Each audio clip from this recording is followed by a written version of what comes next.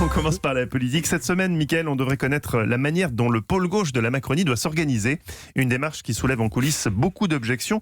Pour quelle raison, Mickaël ? Et oui, d'abord, une réunion doit avoir lieu dans la semaine autour de ses promoteurs, Didier Guillaume, ministre de l'Agriculture, et Jean-Yves Le Drian, ministre des Affaires étrangères, afin de tracer les grandes lignes de ce pôle gauche macroniste. Il se cherche encore un nom, figurez-vous, mais ça pourrait être l'Arlésienne ou bien la Chimère. Au sein de La République En Marche, on est effectivement très surpris d'entendre au lendemain des européennes que le président Macron souhaitait la constitution d'un pôle gauche à la façon un peu de Agir, le groupe de la droite pro-Macron. Plusieurs personnalités issues du PS, Stéphane Travers, Jean-Yves Le Drian, Jean-Pierre Mignard, Juliette Méadel, s'activent sans trouver d'accord à ce stade.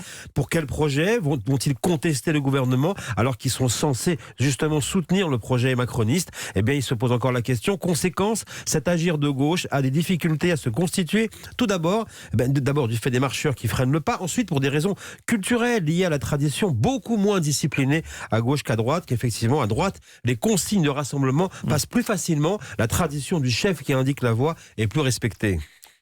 Et que cherche exactement Emmanuel Macron ? Dépasser La République En Marche ? Eh bien, les marcheurs commencent un peu à en douter sérieusement. L'objectif du président est de donner une estampille, un code génétique qui irait des anciens socialistes aux anciens jupéistes en traversant La République En Marche, et le tout dans l'optique des élections municipales et des alliances possibles sur le terrain. Et ce dépassement large de La République En Marche démontre une fois de plus qu'en réalité Emmanuel Macron n'accorde pas une grande importance à son mouvement d'origine. Et autre réalité qui est expliquée dans les coulisses de la majorité, les prises de guerre à gauche sont rares et elles sont disparates. Il n'y a pas grand monde en réalité pour croire à l'efficacité d'une telle démarche, si ce n'est pour donner le sentiment que la préférence présidentielle pour la droite ne serait pas trop voyante. Mais pour l'instant, c'est quand même peine perdue, parce que malgré les déclarations officielles, la main sur le cœur, qui est à gauche, le président Macron, lui, est bien aujourd'hui le patron de la droite.